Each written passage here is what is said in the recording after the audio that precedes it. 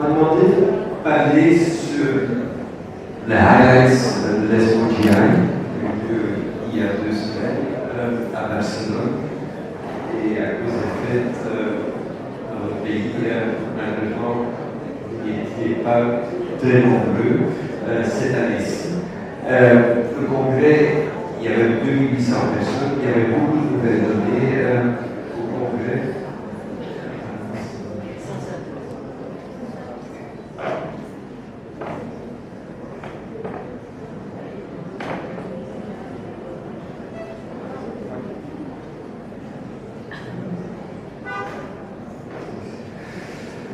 Et donc on m'a demandé de vous donner quelques highlights. Je ne peux pas faire le résumé de tout ce qui a été dit, mais je vais vous prendre quelques études et les situer dans l'importance. La première étude dont je vais vous parler, c'est une première présentation de l'étude phase 1, pas encore présentée au congrès précédent, l'étude NI 017. On attendait beaucoup de cette étude. C'était une étude dans des patients chimio-réfractaires métastatiques colorectales qui étaient traités avec une combinaison de lématénique plus pembrolizumab. Vous vous souvenez qu'il y a quelques années, les Japonais ont présenté des données démographiques nivolumab dans une même situation des patients réfractaires à chaque des thérapies présentes qui sont disponibles. Maintenant, les investigateurs ont fait une étude globale, NI 017, dans laquelle on randomisait 400 des malades entre standard of care, régiographie ou TAS, trifluoridinacide, versus pembrolizumab plus lématénique. Donc, d'aller combiner un IO plus TKI pour voir si on pouvait, avec des meilleurs drogues que l'échographie pédigraphique, pour voir si on pouvait améliorer les données au début promettantes avec l'échographie nivolumab. L'étude, il y avait 400 malades. Malheureusement, l'étude était négative. Le point final, c'était la survie. Il y avait un petit bénéfice, mais le bénéfice n'était pas significatif en comparaison avec le TAS-102 ou réchographie. Vous voyez un ratio qui était 0,83, qui ne correspondait pas à une différence statistiquement significative. Vous voyez dans les différents sous-groupes que dans les différents sous-groupes, il y avait un petit bénéfice, mais qu'il n'y avait pas de différence significative en statistique, ni pour la progression-free survival, la PFS, la survie sans progression. La différence n'était pas significative, il y avait une petite différence, pas cliniquement relevant ni statistiquement relevant. Il y avait un bénéfice en taux de réponse aussi, comme vous voyez, un peu plus de réponse avec l'ématénique plus pembrolizumab en comparaison avec l'échographie ou TAS-102. Mais donc, l'étude un peu décevante pour cette étude-ci, et donc ce ne sera certainement pas un nouveau standard of care dans cette situation. Quelques autres études qui ont été présentées, je vous promets à travers les différentes indications. Au début aussi quelques données dans le cancer colorectal. Ceci est une étude italienne, une étude en première ligne, où les patients étaient randomisés folfoxirine bevacizumab plus ou moins à atezolizumab. Pour voir qu'il y a une synergie entre les inhibiteurs checkpoint, atezolizumab plus bevacizumab, et pour voir si on pouvait améliorer la survie ou la survie sans progression chez les patients qui étaient traités avec la combinaison folfoxirine bevacizumab atezolizumab. On avait déjà présenté, les Italiens ont déjà présenté les données initiales pendant l'ESPO il y a 2 ans. Voilà la survie sans progression plus finale. Vous voyez qu'il y a une différence. L'étude était positive, il y avait une différence de survie sans progression pour ajouter adhésionnement au fonctionnement de la survie sans progression, là, sa prédiction était de 0,71.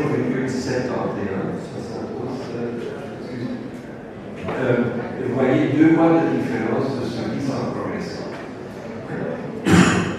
La survie n'était pas différente. Il n'y avait pas de différence de survie. Ce n'est pas une grande surprise en première ligne. D'habitude, des études en première ligne dans le cancer du côlon ne montrent pas de différence de survie. La question est bien sûr, quel patient? On voit qu'il y a un bénéfice chez certains patients. Mais on sait que le bénéfice n'est certainement pas là chez tous les patients. Ce qui est important aussi, pour cela, c'est de regarder les analyses moléculaires. Et là, les Italiens ont présenté des données très intéressantes. Ils ont regardé bien sûr les patients MSI, 6% des patients métastatiques avec tumeur MSI, 7% avec TRB, Tumor Mutation Burden, qui était très élevé, et 4% des patients avec le cancer colorectal avaient un PDL positif. Il y avait un overlap entre ces 3 groupes, et je vais vous promener dans les données, pas que c'est practice changing today, ça ne va pas changer notre pratique quotidienne, mais que c'est intéressant et on va certainement voir un suivi de ces données-là.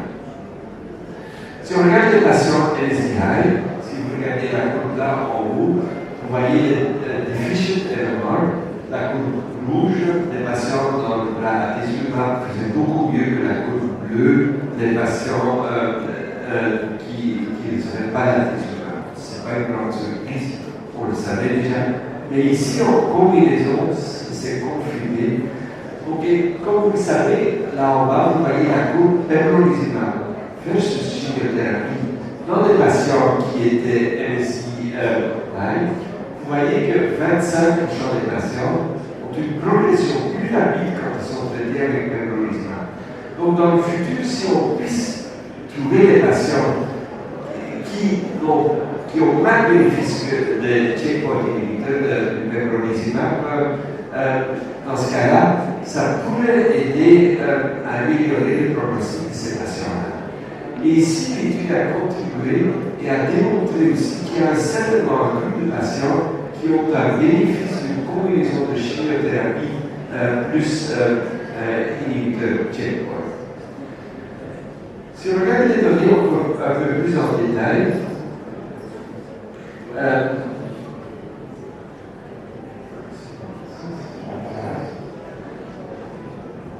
ce qu'ils ont fait aussi, vous vous souvenez certainement que, et Jérôme Gallon a donné un score aussi une présentation splendide sur l'Immune-Score. Donc en fait, un tool pour regarder l'infiltration lymphocytique et l'infiltration immunitaire des tumeurs. Avec cet Immune-Score, ils ont appliqué cet Immune-Score ici dans l'étude pour distinguer, pour voir s'il y avait des patients qui avaient un bénéfice d'un inhibiteur checkpoint.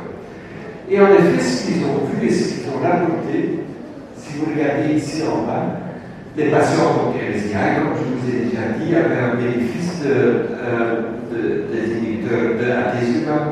Les patients avec un TRB high et les patients avec un Immune-Score high avaient un bénéfice. Donc il semble que dans cette étude-ci, la hypothesis generating, il commence à démontrer, à trouver des patients qui pourraient avoir un bénéfice dans le futur d'une combinaison chimiothérapie plus immunothérapie, même chez les patients microsatellites stables. Et dans ce cas-ci, l'hypothèse c'est des patients avec un TRB high et un Immune-Score high, que ce sont des patients qui pourraient avoir un bénéfice. Donc, intéressant comme hypothèse, ça ne va pas changer ma pratique quotidienne, ça ne va pas changer votre pratique quotidienne, mais c'est quand même intéressant pour regarder dans le futur. Il y aura certainement maintenant des études qui vont commencer checkpoint inhibiteur dans des patients prospectivement, donc avec un Immune-Score high dans le futur ou un TRB high dans le futur. Regardons le cancer d'estomac. Ceci, c'est l'algorithme de l'ESMO. Quand on traite aujourd'hui ou quand on traite dans mon pays un patient avec un cancer métastatique de l'estomac en première ligne, je vais avoir 3 marqueurs et bientôt 4 marqueurs moléculaires. Je veux connaître les 2 pour le trastuzumab. Je veux connaître le PDL score pour le nivolumab, c'est approuvé pour PDL 5 ou plus. Je veux connaître le MSI, parce que les inhibiteurs checkpoint sont actifs. Et dans le futur, je voudrais connaître aussi les résultats de l'audit. Un tiers des patients sont l'audit positif dans le cancer de l'estomac. Et ceci montre un update algorithme tel que je l'applique, dérivé des données, un update de l'ESMO, et comme c'est discuté aussi pendant l'ESMO TI, première ligne, on pourrait, vous allez voir bientôt, vous avez bien vu le précédent, sans doute, plus de données chez des patients HER2 positifs, chimio plus trastuzumab plus pembrolizumab, l'étude est positive pour la suivi sans progression ici. Les données ne sont pas encore connues, seront présentées à l'ESMO à Madrid. Les patients qui ont un PDL-CPS5 sont traités aujourd'hui standard en Europe avec force plus nivolumab. Et dans le futur, on va certainement ajouter une protéine. Il y a 2 études qui sont positives avec le zolbetuximab avec le protéine. Qu'est-ce qui a été présenté comme nouvelle donnée à l'ESMO-TI? L'étude Keynote 859 était une étude en premier lieu, une très grande étude, chimiothérapie, un doublet plus ou moins pembrolizumab, pas nivolumab, pembrolizumab. Les patients pouvaient être chaque PDL négatif ou positif. Il y avait des analyses sous-groupe des patients PDL avec un score de plus de 1 ou plus de 10. Vous voyez là à droite, l'étude était positive pour les patients avec un PDL score plus de 1. Nivolumab était positif plus de 5.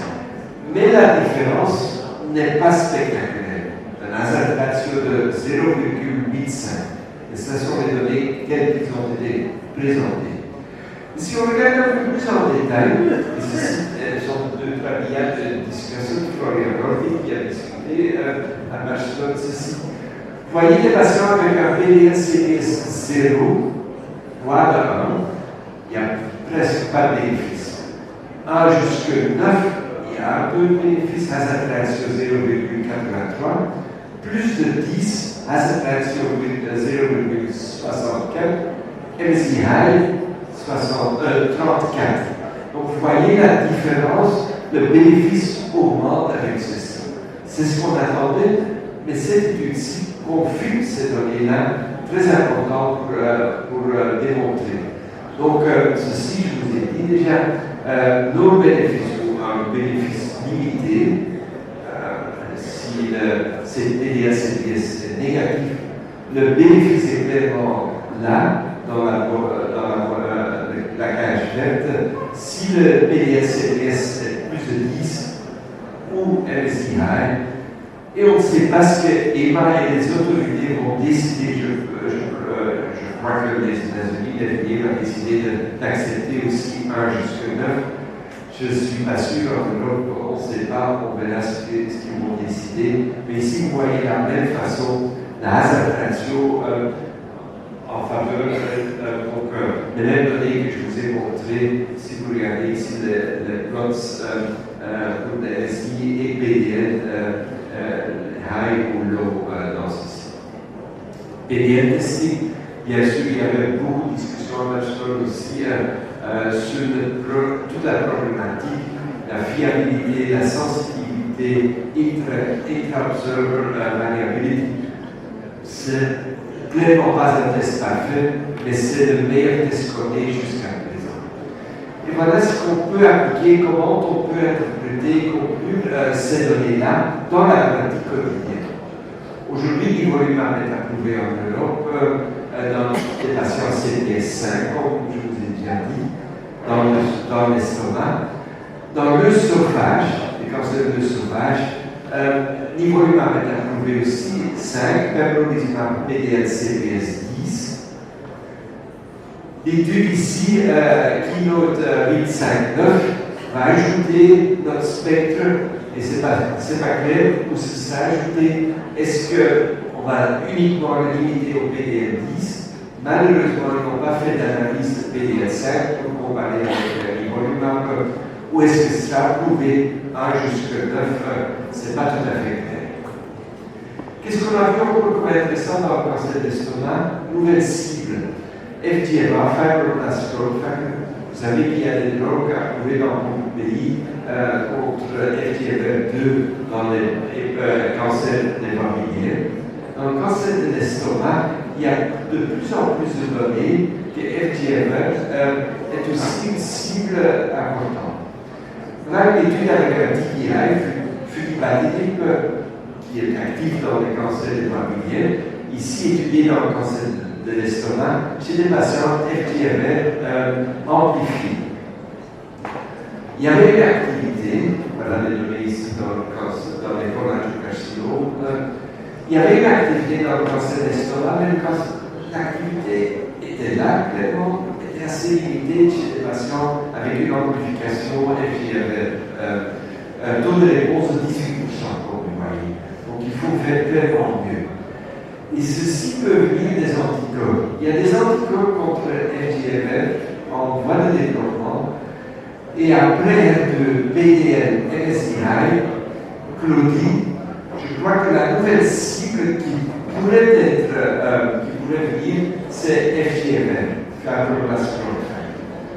En effet, bemarituzumab est un anticorps contre FGFR. Chez des patients avec une tumeur positive à l'immunohistochimie, bemarituzumab montre une activité.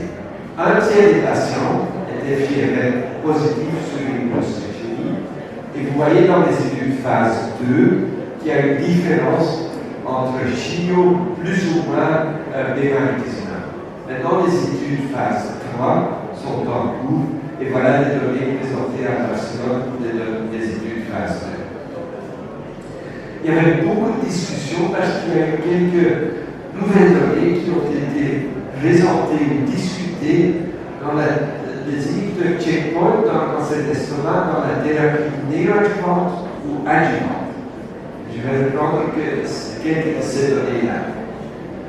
L'étude Vestige est une étude de l'EOTC qui randomisait des patients avec un cancer d'estomac ou de la jonction entre chimiothérapie pré- et post-opérative standard, 2 mois de chimiothérapie pré- et post-opérative, où le deuxième là, c'était la chimiothérapie préopérative, suivie de l'opération, mais pas suivie de chimiothérapie, mais suivie de l'immunothérapie, nivolumab plus ipilimumab. Donc pas de chimiothérapie dans le deuxième là. Et comme vous voyez à droite, la chimiothérapie était clairement supérieure à l'immunothérapie adjuvante dans cette situation. Donc ça démontre, ça veut dire que la chimiothérapie post-opérative dans le schéma périopératif est quand même utile. C'est mieux que l'immunothérapie, c'est tellement mieux aussi que rien. Donc ça c'est une leçon importante de l'étude EOTC. On a vu des updates sur Checkmate 577. C'est l'étude où les patients avec un cancer d'œsophage étaient traités avec une chimiothérapie suivie d'opération, suivie de nivolumab ou placebo. Et dans cette étude-là, nivolumab pendant 1 an améliore la survie sans progression. Ce qu'on a fait maintenant, c'est aller regarder des marqueurs moléculaires pour voir est-ce qu'on peut trouver des marqueurs moléculaires pour améliorer, pour prévoir des marqueurs prédictifs dans cette situation. Les analyses n'étaient pas conclusives dans cette étude-là. Mais on a vu des données importantes aussi à l'ESPOTI, ainsi qu'à l'ASCO, mais à l'ESPOTI qui nous update encore sur les différentes situations. Combiner les inhibiteurs checkpoint dans la situation adjuvante, comme dans les trois études qu'on voyait là, Checkmate 577, Prestige et Attraction 5, ou bien dans la situation néo-adjuvante, comme vous voyez. Je vais vous reprendre les données très vite qui sont disponibles pour tirer quelques conclusions pour la pratique quotidienne.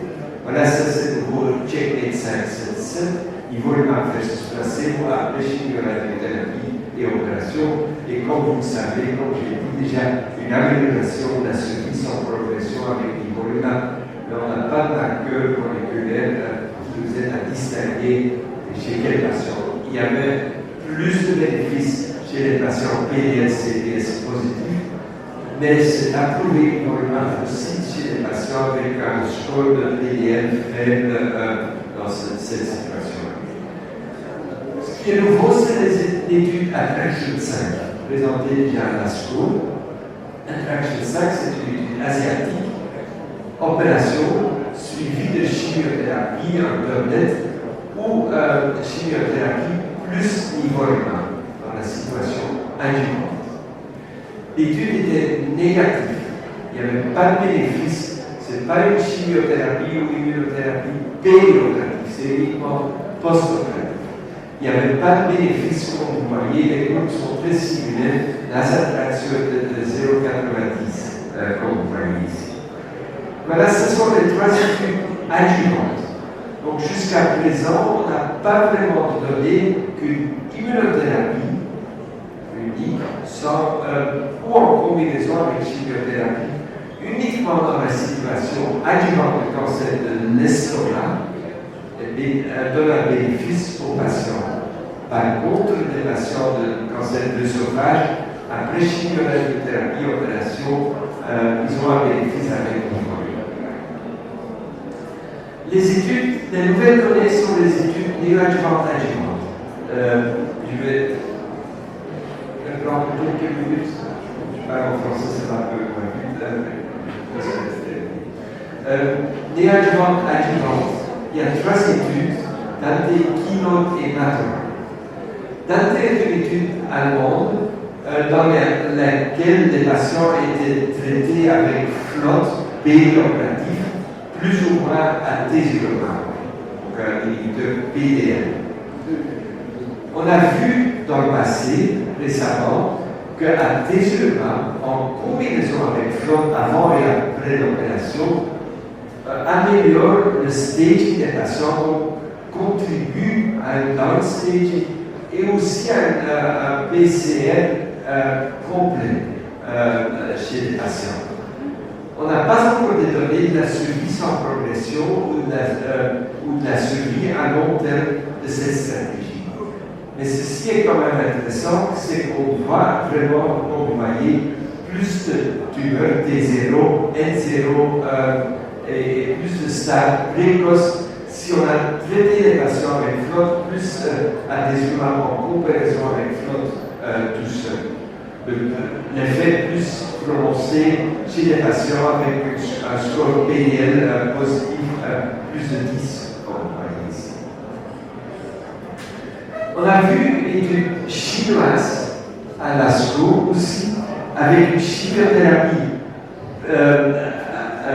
périopérative, SOX ou CAPOX, en combinaison avec un checkpoint inhibiteur chinois toripalimab.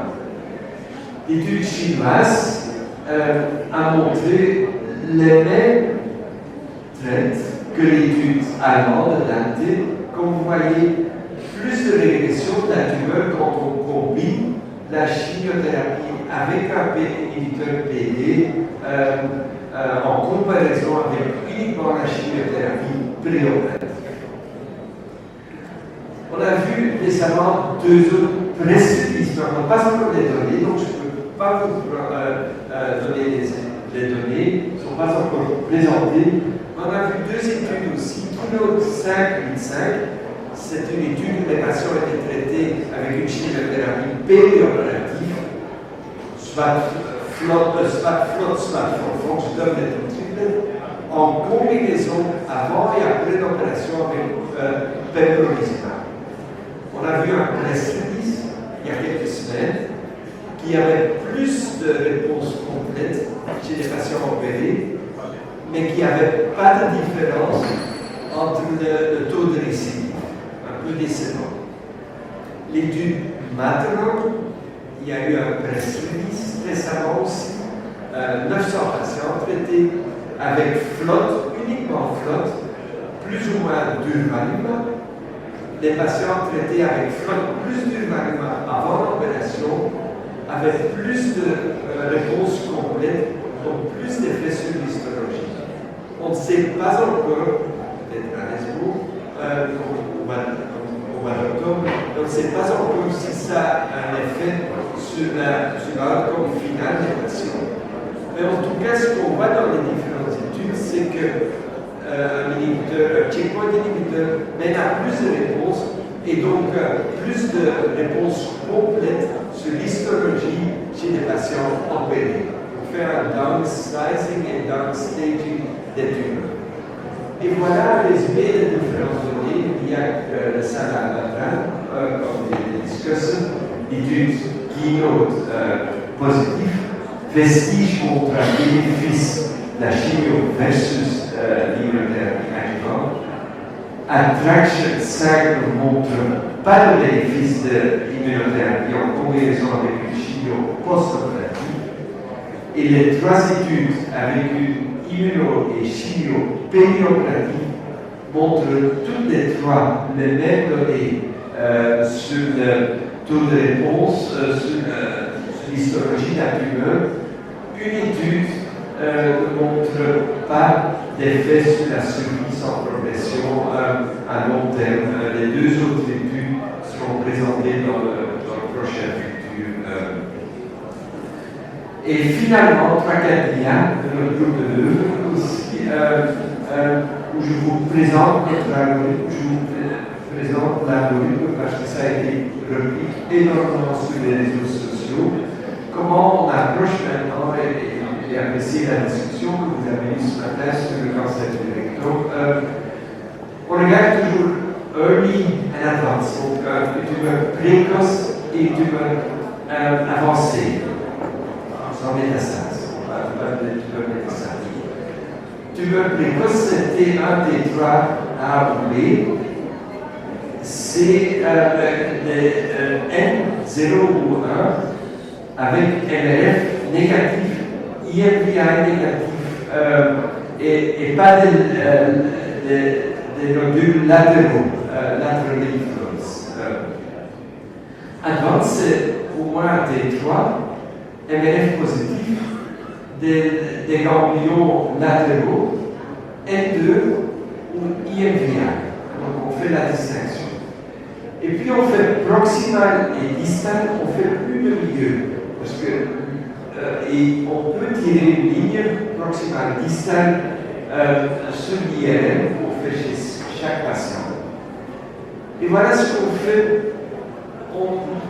On évite de plus en plus la chimiothérapie chez les préopératifs, chez des patients avec un cancer précoce, difficile comme ici.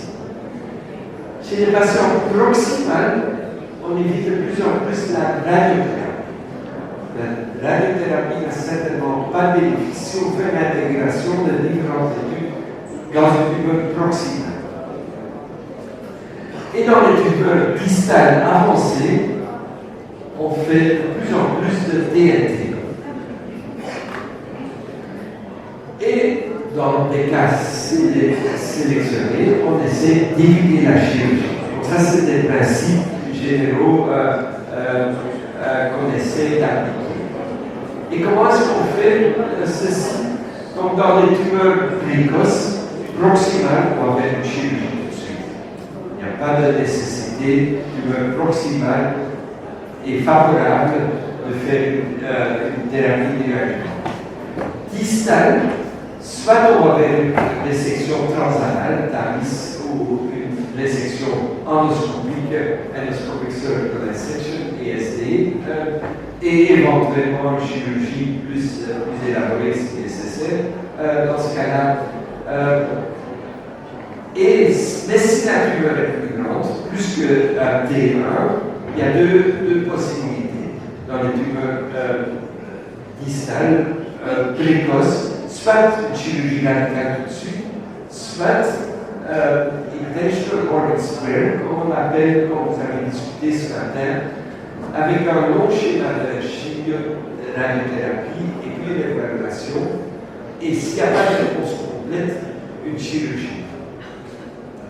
Chez les patients avancés, proximales, on va se baser des nouvelles données, on va appliquer une chimiothérapie, 3 mois de Forfox, suivi d'une chirurgie. C'est mieux toléré que dans le post-opératif. Une alternative est bien sûr qui n'est pas moins haut en efficacité, c'est chirurgie suivie de Forfox pendant 3 mois, pas plus. Et dans les tumeurs distales, souvent on va vers Modified Rapido. On n'applique jamais comme dans le Rapido 9 cycles de Forfox ou 6 cycles de Capox. On fait 6 cycles de Forfox ou 4 cycles de Capox après une chimio, après une radiothérapie 5x5V. Ou bien, s'il y a vraiment des facteurs très peu favorables, comme IFVI, comme beaucoup de Lyon, on va vers un schéma au plat, c'est-à-dire un schéma chimiothérapie low cost, 50 degrés en fraction de degré,